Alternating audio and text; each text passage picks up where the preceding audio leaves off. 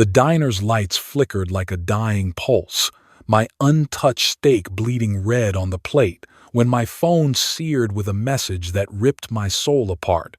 "Stand up. Leave now. Don't tell your son." Rage exploded in my veins. 20 years in the Marines, dragging brothers through Fallujah's fire, only to sit here, betrayed by my own blood. My son, my only son, scheming to poison me, to strip my garage, my life's sweat, to feed his filthy debts. The pain clawed deeper than any shrapnel. My heart shattered, screaming betrayal. They thought they could bury a Marine under their lies. Never. I crushed the napkin in my fist, dog tags burning against my chest. The injustice choked my breath, but I held firm. I'm John Mitchell. I'm 60 years old, and no traitor, no son will break this Marine. My hands still shook as I sat back in the booth at Rusty's diner, the taste of betrayal bitter in my throat. For 20 years I'd lived by the Marine code: honor, courage, commitment. Now, that code felt like a blade turned against me. My small house in Boise, Idaho, just 10 miles from here, was my bunker, a 1,200 square foot refuge where I'd rebuilt my life after Sarah's cancer stole her 5 years ago. Every night, I'd sit in my garage, wrench in hand, fixing engines under the glow of a single bulb. My Silver Star medal hung on the wall, its shine dulled by dust, next to a faded photo of Ryan at his high school graduation, his arm around Sarah, both smiling like the world was theirs. That was before he demanded $100,000 for a startup I knew would crash. "You're a relic, Dad," he'd spat, storming out of my life 3 years ago. The silence since had been heavier than any firefight. Tonight, his call came out of nowhere, his voice soft, almost broken. "Dad, let's have dinner. Me, Lauren, you. At Rusty's, 7 p.m. We miss you." I wanted to believe him. Sarah's dog tags, tucked in my pocket, felt warm, like her whisper urging me to try. So, I put on my old dress blues jacket, the one I wore to her funeral, and drove my 2067 Chevy pickup to the diner. Hope flickered, fragile but alive. But that text, "Stand up, leave now," had doused it in ice. Ryan's laugh across the table sounded hollow, Lauren's smile too sharp. Something was wrong, and my Marine instinct screamed to watch my six. The jukebox at Rusty's diner crooned a Johnny Cash tune, its low hum cutting through the clatter of plates, but it couldn't drown out the storm raging in my chest. My fingers, calloused from years of wrenching engines and gripping M16 second in Fallujah, tightened around Sarah's dog tags in my pocket. That text, "Stand up, leave now, don't tell your son," still burned behind my eyes, a warning I couldn't ignore. I scanned the booth. Ryan sat across from me, his tailored jacket too crisp for a man who'd once begged for my pocket change. His laugh was too loud, like he was trying to sell me something. Lauren, perched beside him, swirled her wine glass, her diamond bracelet catching the neon glow.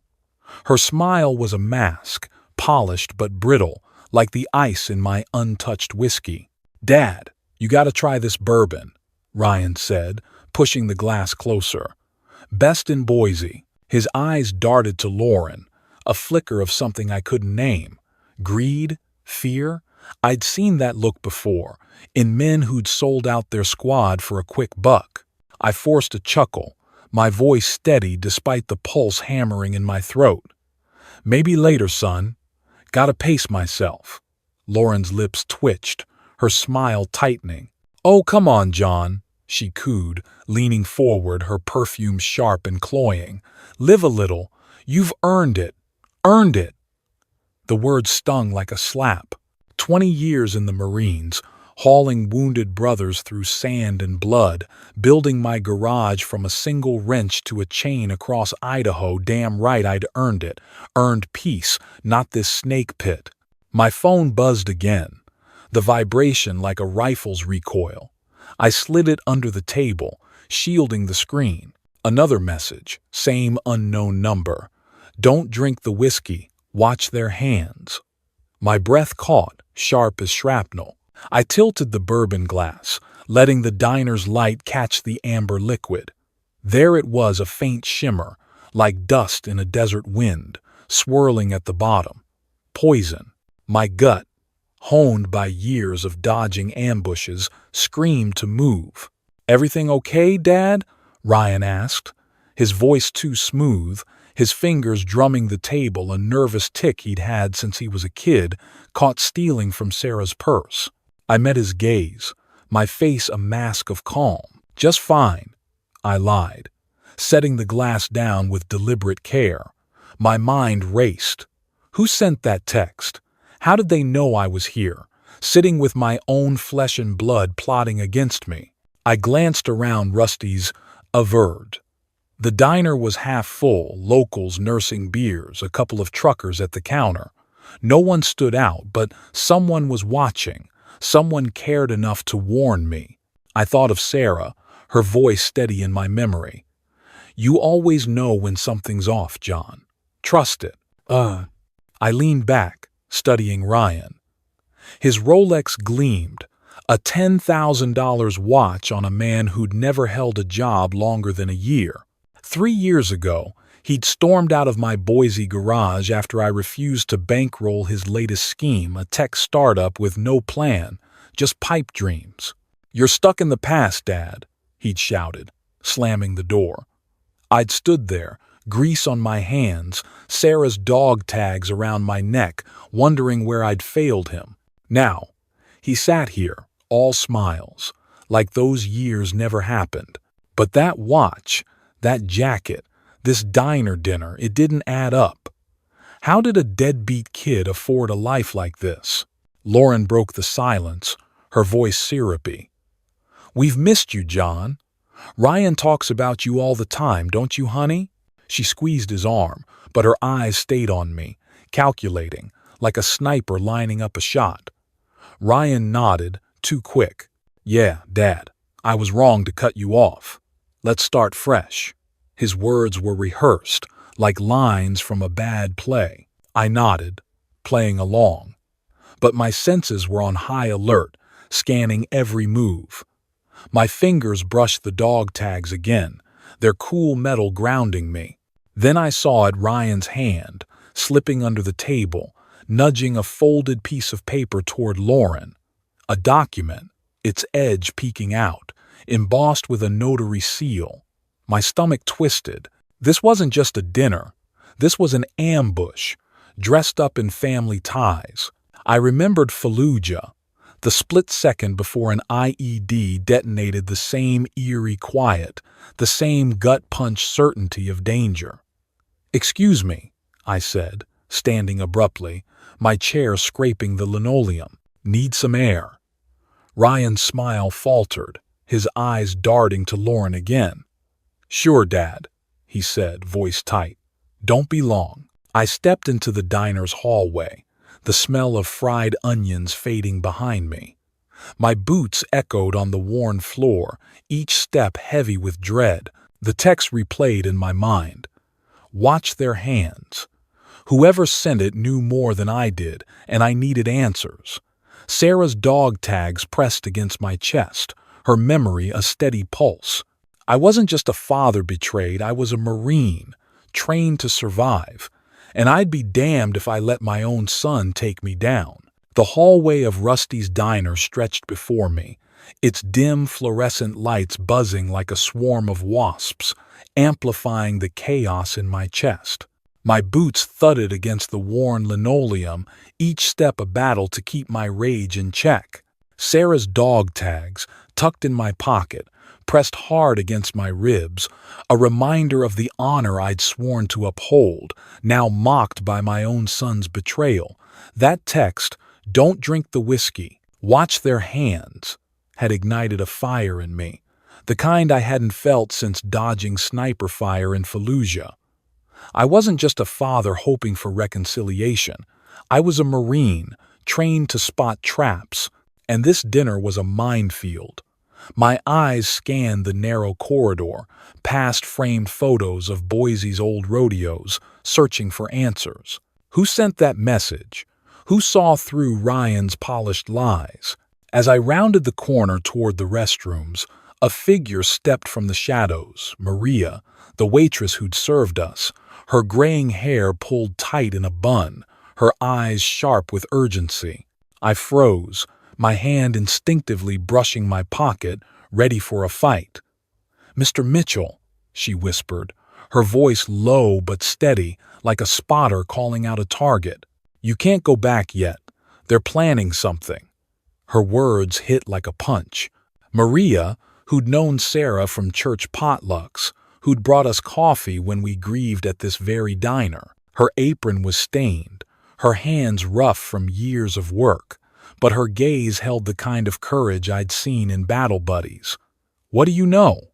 I asked, my voice a growl, barely containing the storm inside. She glanced over her shoulder, then leaned closer. "I overheard them in the back before you arrived. Ryan and Lauren, they want you to sign papers tonight. Something about your garage. They said it's the only way to clear their debts." Debts. The word sank like lead. Ryan's Rolex, Lauren's diamonds, the new Cadillac parked outside, it all clicked. My son, the boy I'd taught to change oil in my Boise garage, was drowning in a hole he'd dug with borrowed money, and now he wanted my life's work to bail him out. "They're desperate, Mr. Mitchell," Maria continued, her voice trembling but firm. "They mentioned something in your drink." My jaw clenched, the image of that shimmering whiskey flashing in my mind. Poison. Not just a betrayal, but a death sentence. "Show me," I said, my tone sharp, marine instincts kicking into overdrive. Maria nodded, leading me to a small alcove near the kitchen, where the hum of fryers masked our words. She pointed to Ryan's jacket, slung carelessly over a chair in the staff room, left behind when he'd stepped out to take a call. "Check the pocket," she whispered. I reached in, my fingers brushing a folded document, its edges crisp, embossed with a notary seal. My heart pounded as I unfolded it, a power of attorney, my name in bold, transferring my 3 garages, my savings, everything to Ryan. The paper shook in my hands, not from fear but from fury. This wasn't just greed, it was theft, dressed up as family.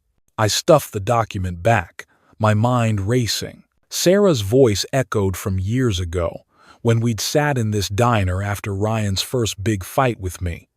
"Trust your gut, John," she'd said, her hand steady on mine. "It's kept you alive." She was right then, and she was right now. I turned to Maria, my voice low but resolute. "Why are you helping me?" Her eyes softened, but her chin lifted. "Sarah was kind to me when I lost my husband." "You're a good man, Mr. Mitchell. You don't deserve this." Her words were a lifeline, pulling me back from the edge of despair. "Stay sharp," I told her, slipping back toward the dining area. My pulse thundered, but my steps were deliberate, like stalking an enemy position. Back at the booth, Ryan and Lauren were laughing, their voices too bright, too forced. "Feeling better, Dad?" Ryan asked, his smile a thin veneer over something darker. Lauren's eyes flicked to the whiskey glass, still untouched. "You should drink, John," she said, her tone sweet but edged with insistence. I forced a nod, my hand brushing Sarah's dog tags for strength. "Not yet," I said, my voice calm but hard as steel. Their smiles faltered, just for a second, and I saw at the crack in their facade. I sat, my eyes locked on Ryan's hands, still twitching under the table. The document in his jacket burned in my memory, a grenade waiting to explode. I wasn't just fighting for my garages, I was fighting for everything I'd built, everything Sarah and I had bled for, and I'd be damned if I let my own son steal it. Maria passed by, her tray steady. but her glance met mine, a silent promise she had my back. The diner's neon buzzed louder, like a countdown to war. The hum of Rusty's diner faded to a dull roar in my ears as I sat back in the booth, the weight of that notarized document searing my mind like a brand. My fingers, rough from years of turning wrenches and gripping rifles, clung to Sarah's dog tags, their edges biting into my palm. The betrayal I'd uncovered, Ryan and Lauren's plan to steal my garages, my legacy was a wound deeper than any I'd taken in Fallujah. But nothing could have prepared me for the knife that came next. Ryan's phone lay on the table, forgotten when he'd stepped out to take another call, its screen glowing like a traitor's signal. My marine instincts, sharpened by years of spotting threats, urged me to look. I glanced at Lauren, her eyes fixed on a passing waitress, her smile a brittle mask. My heart thundered, but I moved fast, swiping the screen to life. No passcode. Typical Ryan, always careless. The email app was open, and what I saw gutted me. A thread between Ryan and Lauren, dated 2 days ago, laid bare their plot in cold, calculated words. "Mitchell won't suspect the whiskey," Lauren wrote. "Once he signs, we sell the garages, $1.2 million clears the debt." Ryan's reply was worse. "If he fights, we make it look like a heart attack. No one questions a 60-year-old vet." My breath stopped. Each word stabbed deeper than shrapnel, tearing through the last shred of hope I'd clung to. My son, the boy I'd carried on my shoulders at Boise's 4th of July parades, the kid I'd taught to salute the flag, was ready to kill me. For money, for debts he'd racked up chasing a life he hadn't earned. The pain was raw, suffocating, like losing Sarah all over again. I saw us in my garage, 10 years old, Ryan's face smeared with grease, grinning as we rebuilt a carburetor. "Someday, Dad, I'll run this place," he'd said, his eyes bright with dreams. I'd believed him. I'd dreamed of passing down the keys, of watching him carry the legacy Sarah and I built from nothing. Now, those dreams lay shattered, replaced by a plot to erase me. My chest ached, not from age or war wounds, but from the weight of a father's love betrayed. I'd faced death in Iraq, stared down barrels, but nothing hurt like this, my own blood turning my life's work into a paycheck for loan sharks. "Dad, you okay?" Ryan's voice snapped me back. He slid into the booth, his Rolex glinting under the diner's neon. His smile was too wide, too practiced, like a con man working a mark. I forced my face to stay blank, though my inside screamed. "Just tired," I said, my voice low, steady, hiding the storm. Lauren leaned forward, her voice honeyed but sharp. "You should have that drink, John. It'll perk you right up." The whiskey sat there, its faint shimmer mocking me. I pushed it aside, my eyes locked on Ryan's. "Not thirsty," I said, the words hard as granite. His fingers twitched, that old nervous tick betraying him. Lauren's smile faltered, her hand brushing Ryan's arm a signal. I was sure. I leaned back, my mind racing.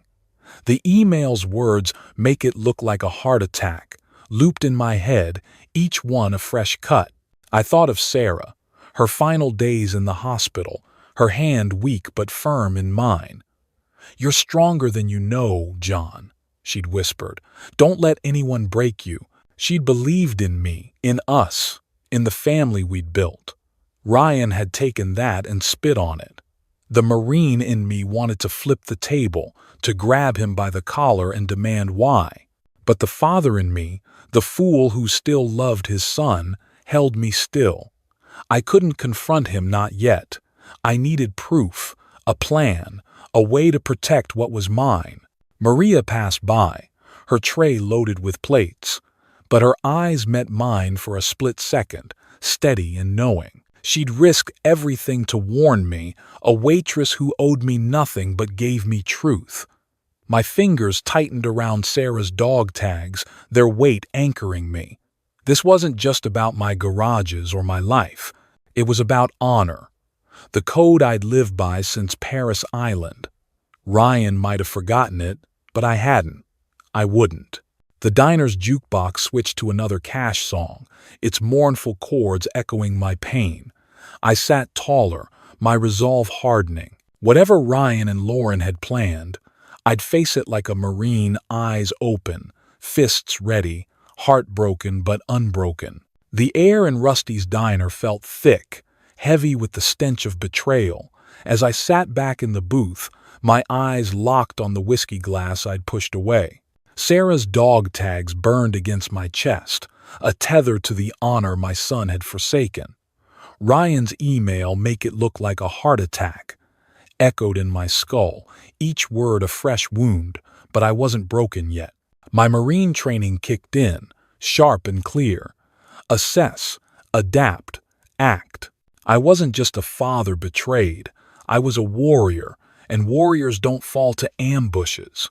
Maria's warning and that notarized document in Ryan's jacket were my first pieces of intel, but I needed more to fight this war. My fingers, steady despite the rage boiling inside, brushed the tablecloth, masking my resolve. Ryan leaned forward, his smile strained, his Rolex glinting like a false promise. "Dad, you're quiet tonight," he said, his voice too smooth, like a salesman closing a deal. "Everything okay?" I nodded, my face a stone wall. "Just savoring the moment, son," I said, my tone flat but laced with steel.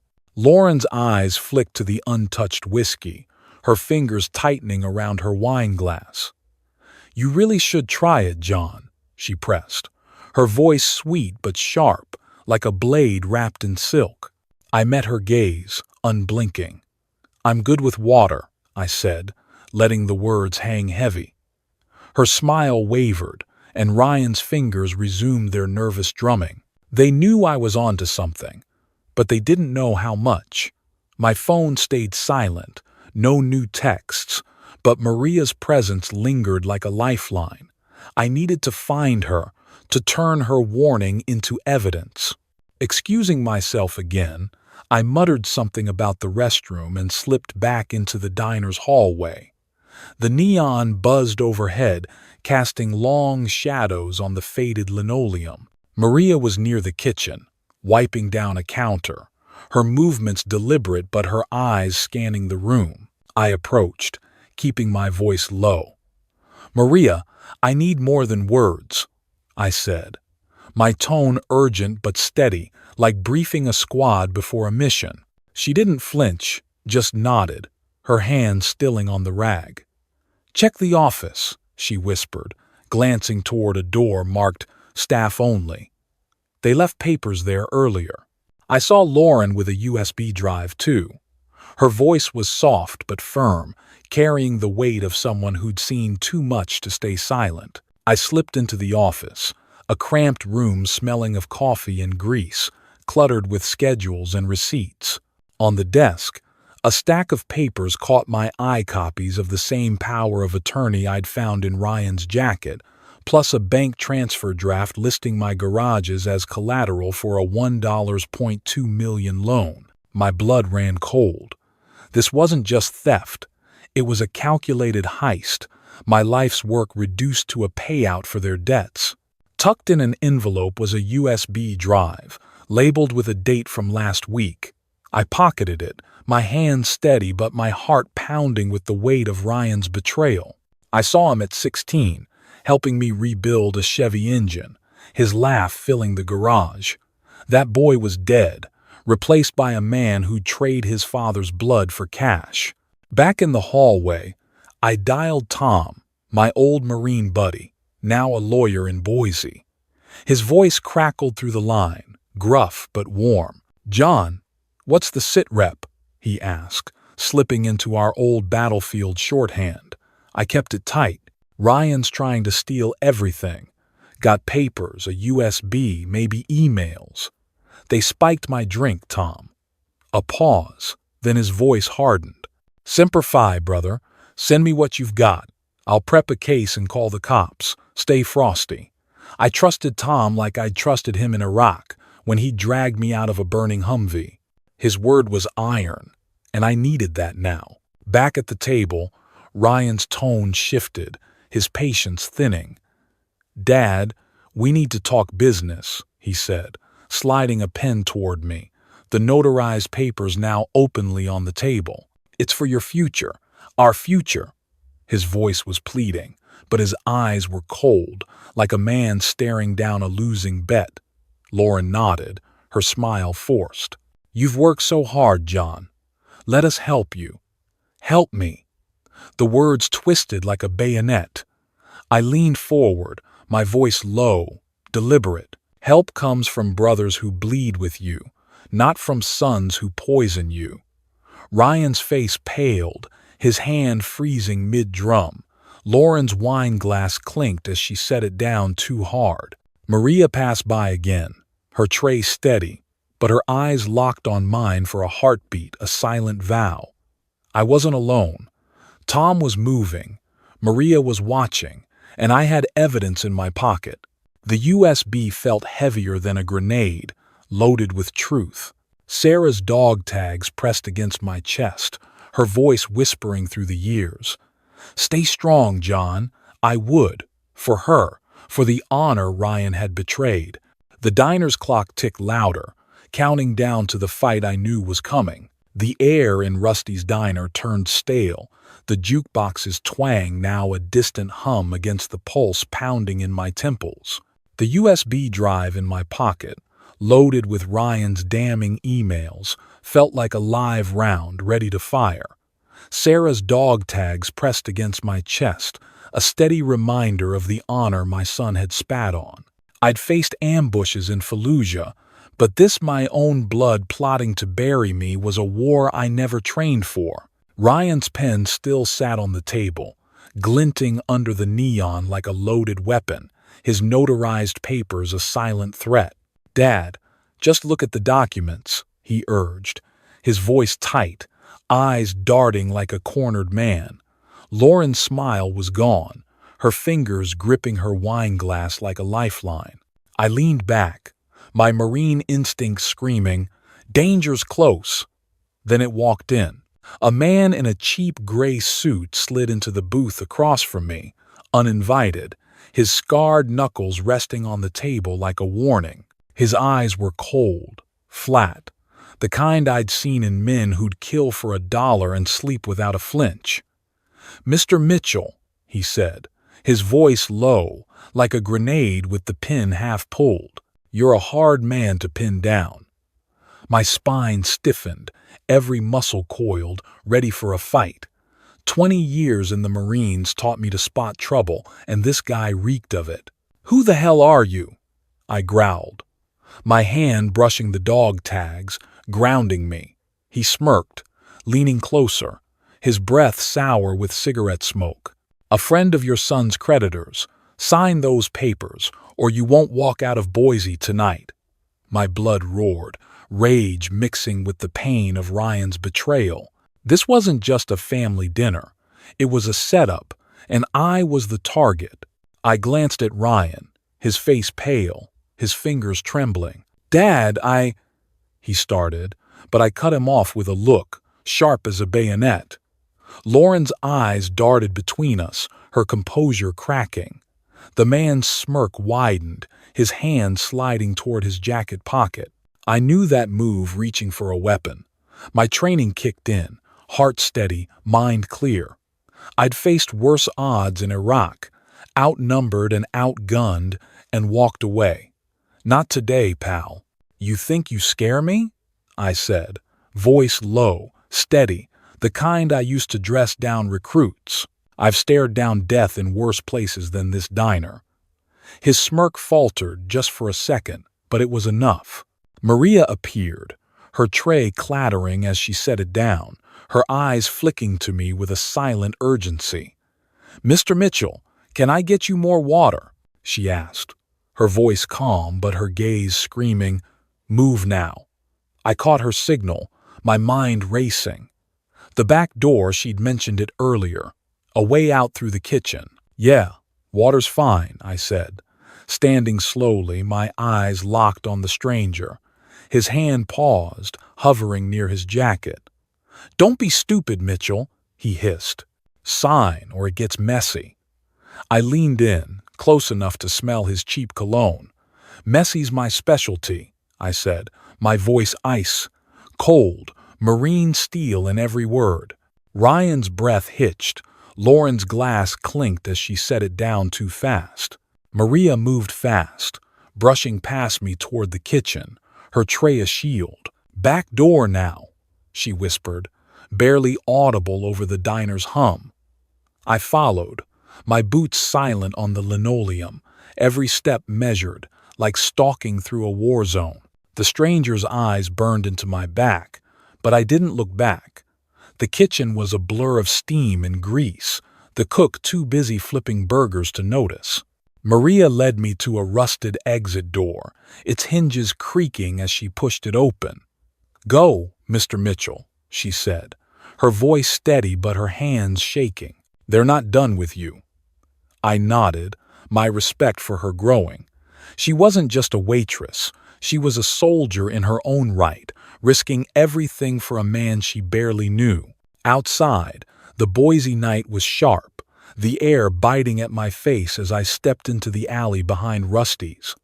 My 2067 Chevy pickup was parked 2 blocks away, a lifeline if I could reach it. I clutched the USB drive, its weight heavier than ever, and Sarah's dog tags, my anchor through this storm. The stranger's threat echoed, "You won't walk out of Boise tonight," but I'd heard worse in combat and lived. I wasn't running, I was regrouping. Tom was waiting for my call, and Maria had my 6. I moved fast, sticking to the shadows, my heart pounding but my resolve unbreakable. Ryan's betrayal had cut me deep, but I was a Marine. I'd fight, and I'd win. The Boise alley air was cold, slicing through my old dress blues jacket as I crouched behind a dumpster, my 2067 Chevy pickup just a block away. The USB drive in my pocket, packed with Ryan's emails and forged contracts, felt like a live grenade, ready to blow this betrayal wide open. Sarah's dog tags pressed against my chest, their steady weight anchoring me as my heart pounded with rage and purpose. I'd escaped the stranger's threat at Rusty's diner, but the war wasn't over. My son, my own blood, had planned to poison me, to steal my garages, my life's work to pay off his debts. Maria's courage and Tom's loyalty had given me a fighting chance, and now it was time to strike. I pulled out my phone, my fingers steady despite the fury boiling inside, and dialed Tom. His voice came through, sharp as ever. "John, you safe?" he asked, his old Marine grit cutting through the static. "For now," I said, keeping my voice low. "I've got the USB emails, contracts, the works. They're done, Tom." He didn't hesitate. "Meet me at the precinct, 2 miles east.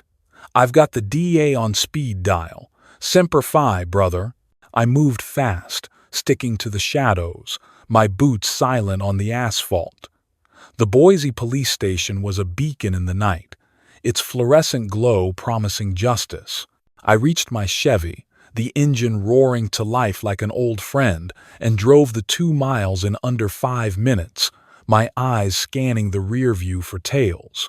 Tom was waiting outside the precinct, his gray suit rumpled but his stance as steady as it was in Iraq when we'd faced down insurgents together. I handed him the USB, my hand firm despite the pain clawing at my chest. "This ends tonight," I said, my voice hard as steel. Tom nodded, his eyes meeting mine with the unspoken bond of brothers who'd bled together. "Let's bury them," he said, leading me inside. The precinct was a hive of activity, officers barking orders, radios crackling. Tom handed the USB to a detective, a grizzled vet named Carter who'd served in Desert Storm. Carter plugged it into a laptop, and the screen lit up with Ryan's emails, each one a nail in his coffin. "Sedatives in the whiskey," Carter muttered, reading Lauren's words. "Transfer of 3 garages, $1.2 million in assets." My stomach twisted, but I stood tall, my Marine training keeping me grounded. The detective looked up, his eyes narrowing. "You're lucky to be standing, Mitchell." I nodded, my jaw tight. "Luck's got nothing to do with it," I said. "It's about honor." Carter gave me a look that said he understood, then picked up his radio. "All units, move to Rusty's Diner, 8th Street. Suspects Ryan Mitchell and Lauren Mitchell attempted fraud and assault." Minutes later, I rode with Tom in his old Ford, following a squad car back to the diner. Blue and red lights flooded Rusty's parking lot, painting the brick walls like a war zone. Officers stormed the diner, their boots pounding as I stepped out, my heart heavy but my resolve ironclad. Inside, Ryan was cornered, his hands raised, his Rolex glinting uselessly under the neon. "Dad!" he shouted, his voice cracking with panic. "Tell them it's a mistake!" But his eyes, wide with fear, betrayed him. Lauren stood frozen, her wine glass abandoned, her face pale as the cops cuffed her. "It wasn't my idea," she cried, her voice shrill. "The lenders forced us. Ryan, tell them." Ryan's head snapped toward her, his face twisting with rage. "You lying," he started. But an officer silenced him, slamming him against the wall. I stood in the doorway, Sarah's dog tags cold against my skin, and faced my son. The boy I'd raised, the kid who'd once saluted my silver star, was gone. In his place was a stranger, cuffed and desperate. "John, please," Lauren begged, tears streaking her makeup.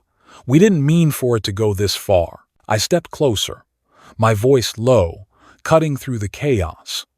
"Honor isn't inherited," I said, my words steady, forged in 20 years of Marine discipline. "It's earned through blood and truth. You two forgot that. You tried to steal my life, my legacy.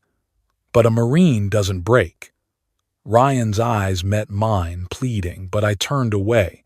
His betrayal had cut too deep.